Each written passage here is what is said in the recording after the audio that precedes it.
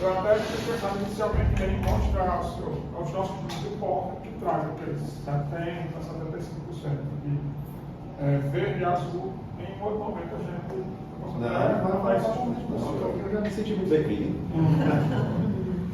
Bem, então Raimundo solicitou que a gente pudesse apresentar ao senhor como é que está funcionando as duas linhas de cuidado que são extremamente importantes e principais no hospital e na região, né, para o estado também, que essas são as linhas do infarto e do AVC, certo? Então assim, hoje a gente trabalha aqui com projetos que nos ajudaram a implementar essas linhas. É importante dizer que aí às vezes as pessoas entendem de forma errada, a gente já tinha essas linhas de cuidados. A gente já tratava infarto, a gente já tratava AVC. Claro. Só que a gente não tinha de forma sistemática um projeto ou um protocolo maior que pudesse nos dar vazão a esses pacientes, inclusive quando a gente precisasse transferir ele para fora. Então, eu gosto dessa imagem, para ilustrar quem é o hospital. A gente tem o hospital 100% SUS, rede CESAP, a gente tem em torno de 130 leitos, porta aberta, segundo o Nigéria, a gente é porta escancarada, como eu disse, a gente recebe do traumatismo ao piolho, a gente tem atendimento de urgência e emergência para adulto e pediatria, traumatologia, a gente faz cirurgia de urgência eletiva e a gente tem leitos de terapia intensiva também. A gente é referência para aproximadamente 300 mil habitantes e em 2024 a gente viu uma taxa de resolutividade da gente de 91%. Isso é uma coisa que muito nos orgulha. A primeira linha que eu vou falar para o senhor é sobre a linha do infarto. A gente tem uma parceria com o Sprint, que ela é um protocolo, ele é um projeto da própria Behringer, que é responsável pela medicação que a gente utiliza nessa linha. E aí a gente iniciou essa trombólise de pacientes. O que seria trombólise? Quando o paciente infarta, ele forma um coágulo em alguma artéria do próprio coração, em alguma coronária, né? E aí, qual é a conduta que a gente fazia aqui? Era uma conduta mais conservadora. A gente medicava esse paciente com anticoagulante oral, que é para desfazer esse coágulo que está lá no coração, para poder ele ganhar tempo para fazer uma angioplastia, que aí justamente é colocar um stent para permanecer de fato aberto. Hoje, o padrão ouro é trombolizar esse paciente, que é, ao invés de ser um anticoagulante oral, a gente faz essa anticoagulação endovenosa. Então, a gente inicia, a gente utiliza aqui a Alteplase, que é um medicamento de alto custo, está em torno de, você lembra o valor da 3.500 uma ampola. A maioria dos pacientes utilizam no mínimo 2 ampolas. Geralmente é 2 ampolas que vão utilizar. Então o padrão ouro hoje é a Alteplase. Por quê? Porque na literatura a gente observa que pacientes que são trombolizados com Alteplase via endovenosa, eles têm uma sobrevida muito maior do que pacientes que fazem via oral. Sim. E a mesma coisa que eu estou falando para infarto serve para o AVC. Então, pode passar, Simara.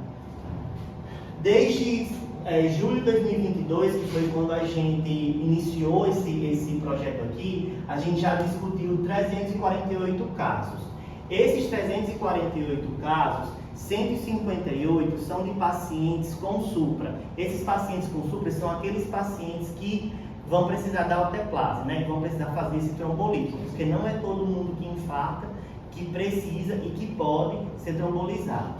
Então, a gente tem hoje 154 pacientes trombolizados, ou seja, mais de 95% de todos os pacientes que chegaram para a gente, que deveriam ser trombolizados, eles foram trombolizados, né? Em 2025, a gente segue a mesma ideia, 45 trombolizados para 46 que precisavam. Esse um paciente que não foi trombolizado foi por quê? Foi porque de alguma forma ele conseguiu chegar na referência antes da trombose, ou porque ele precisava ser trombolizado, mas ele tinha uma contraindicação, porque como a trombose ele é um medicamento que pode gerar, por exemplo, se você não puder tomar ela, você pode gerar um sangramento. e aí o paciente que está infartando passa a ter uma hemorragia intracraniana, aí ele forma um AVC, então é pior. Que a gente estava em torno de 24%. No mundo, a taxa de mortalidade de AVC é 25%. De cada 4 pessoas que cursam com AVC, um vai a óbito. Então, é considerado uma taxa de mortalidade alta, muito alta mesmo.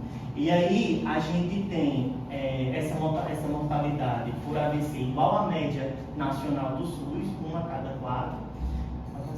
Após a gente iniciar esse projeto, que é importante até dizer que a gente pediu, não foi, Raimundo? A gente praticamente só pediu a cesárea. A cesárea foi muito boa assim, em olhar para a gente e dizer realmente vocês precisam. A gente pediu que esse projeto viesse, a gente formou esse comitê de AVC para justamente estudar isso. A gente tem pessoas aqui que realmente se dedicaram muito a isso, que se dedicam, e a gente capacitou todo mundo, assim, enfermeiro, médico, maqueiro, todo mundo para esse tipo para essa linha de cuidado. Os dados nos mostram agora que, ao invés de a gente chegar a um paciente a cada 3 dias de AVC, chega um paciente a cada 2 dias. E aí, às vezes, você diz, gente, mas quer dizer que aumentou a quantidade de pacientes? É porque a gente conseguiu identificar mais cedo o AVC. Então, aquele paciente que estava em dúvida se era um AVC ou não, a gente conseguiu identificar. Então, por isso que há essa diminuição. Os olhos para... não estou conseguindo dizer. Mas a média da gente fica em torno de 17%. De 17%. Mas é uma queda significativa. Só que aí a gente ainda está calculando os dados para agora, para esses últimos 3 meses, para ver se isso aqui vai permanecer e ter noção. De toda forma, a gente olha para a média. Então, a diminuição de 25% para 17%. Então, assim, a cada 1 a cada 4 pacientes em AOPA, a gente está conseguindo aumentar essa projeção. Essa metodologia aqui, jogada no DataSUS, eles vão encontrar os mesmos dados que a gente encontrou. São dados do Ministério da Saúde, certo? Alguém pode encontrar, né? DataSUS está built-in. Lá o senhor pode chegar lá e pode ver. Entre os desfechos conhecidos, ou seja, a gente está tendo 70% e quase 74% das pessoas que estão recebendo alta, certo? A gente está tendo, e 6,3% eles estão sendo transferidos. A nossa taxa de transferência aqui no hospital, no geral, é em torno de 6%. Então, está muito andando junto com o AVC também. E aí, assim, quando a gente fala em AVC, a gente fala em AM, a gente fala que o tempo ele é coração e o tempo ele é cérebro.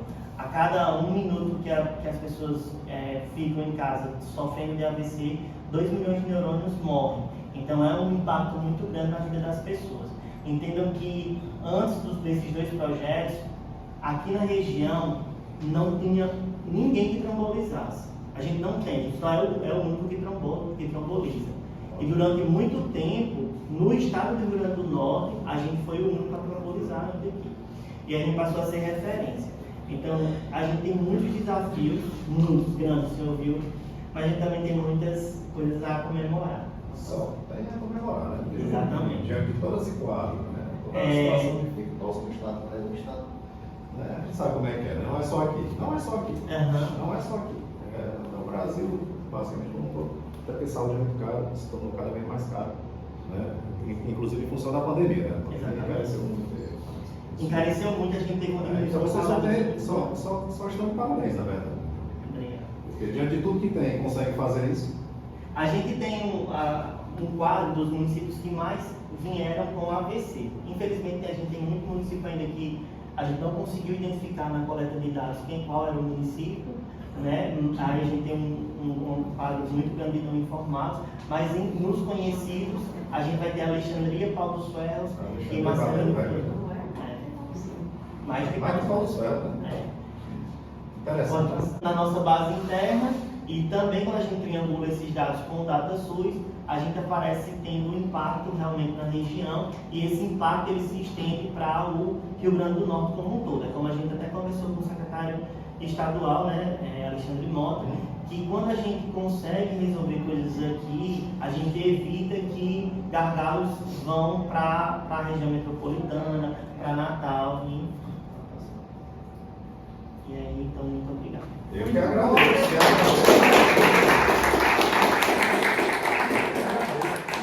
Eu agradeço de coração. Vocês na apresentação. A celeridade, inclusive, lá no momento. Peraí. Muito